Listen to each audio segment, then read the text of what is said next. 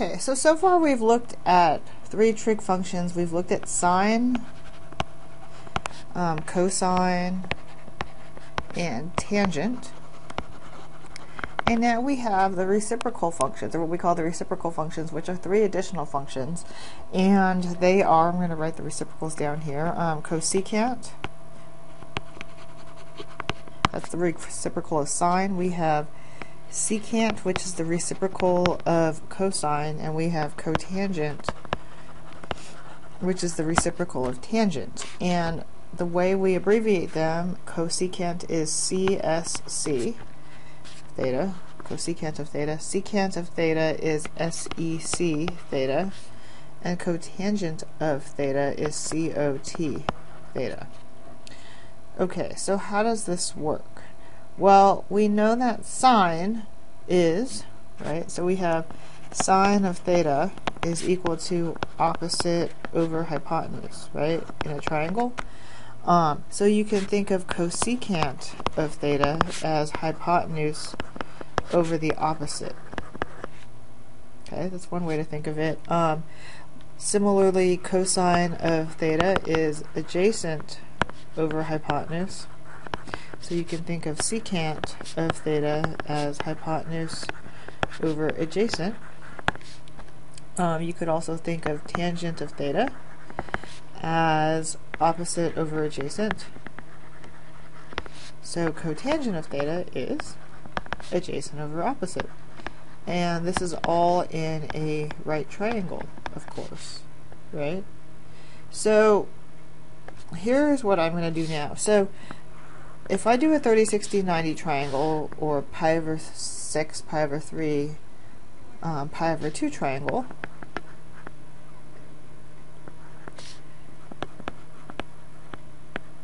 right, instead of having 1/2 root 3 over 2 and 1 like we usually do, I'm going to use similar triangles and double all the sides just so that it will make our calculations a little bit easier.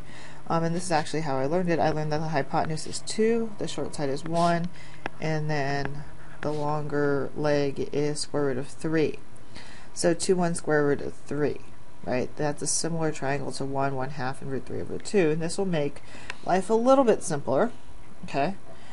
Because here's why. If we had sine of pi over 6, using my red numbers here, using the fact that sine is opposite over hypotenuse, I have 1/2, right? And that's what we would expect anyway. Well, cosecant of theta, cosecant of pi over 6 is, well, it's the reciprocal of 1/2, which is 2, but I can also look here and say that it's hypotenuse over opposite, which is 2 over 1, which is also 2.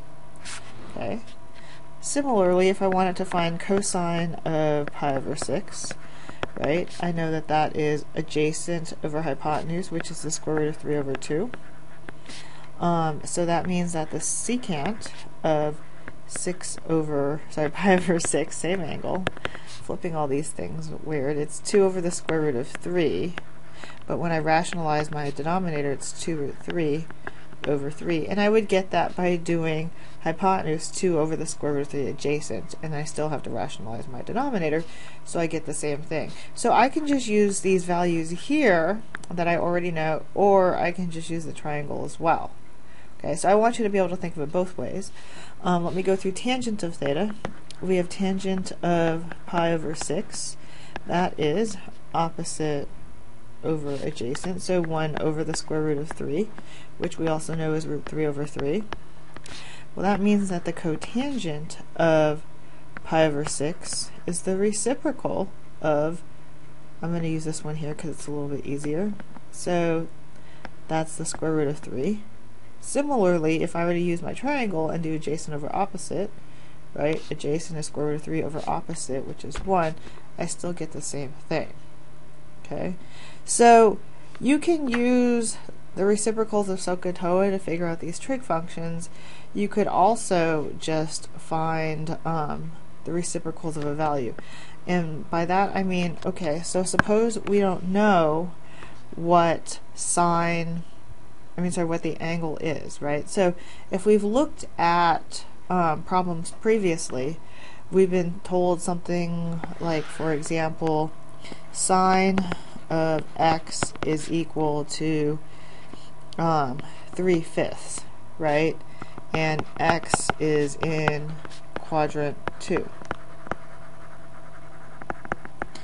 Okay, and it says find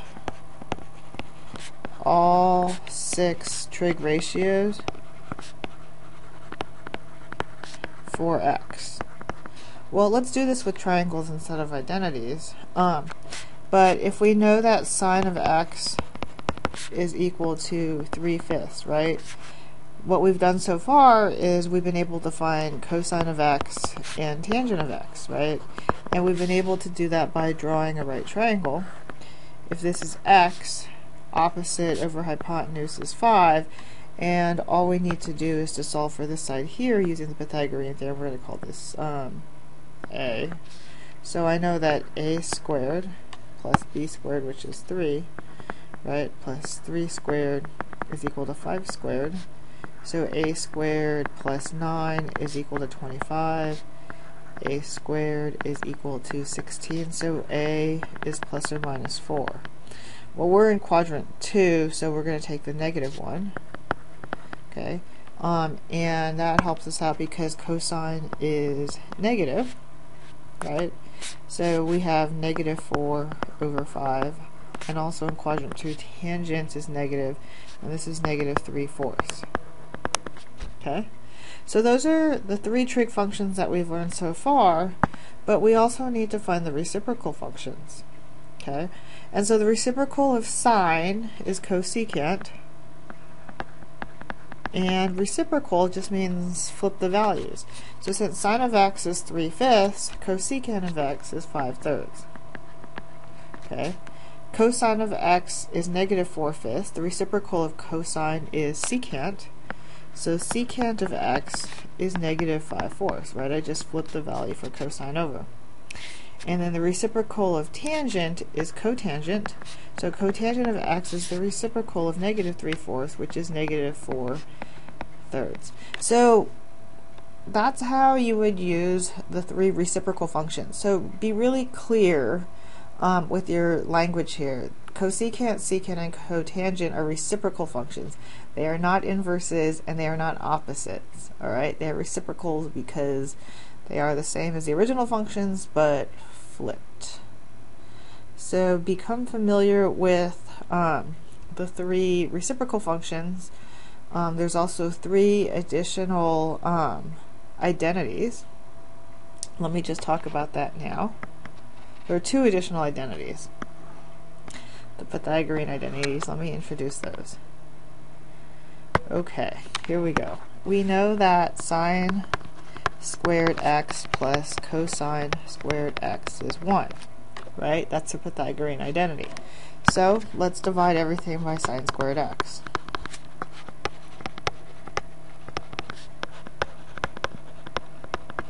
Okay, so sine squared x divided by sine squared x is 1. Well, cosine squared x over sine squared x. Well, that looks like, well, so that's cosine over sine, right? That's the reciprocal of sine over cosine. That's actually cotangent. So here we have cotangent squared x equals, well, what's the reciprocal of sine squared x? That is cosecant squared x. So 1 plus cotangent squared x is cosecant squared x is another Pythagorean identity just like this one here. So we have that one, we have this one, and then let's start over again with sine squared x plus cosine squared x equals 1, and we'll derive the other one. So instead of dividing everything by sine squared x, we're going to divide everything by cosine squared x.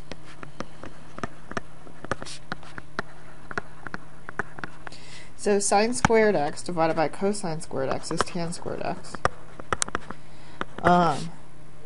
Cosine squared x divided by cosine squared x is 1, and then we have the reciprocal of cosine squared x. Well, that is just secant squared x.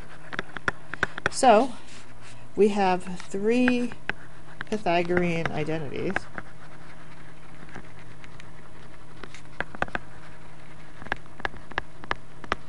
And we have now the sine squared x plus cosine squared x equals 1, so we've known that one. From that we can derive 1 plus cotangent squared x equals cosecant squared x. And then we can also derive tangent squared x plus 1 is secant squared x.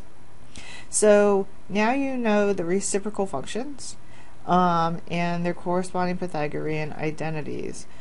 Please also watch the video on the magic hexagon to help you memorize these.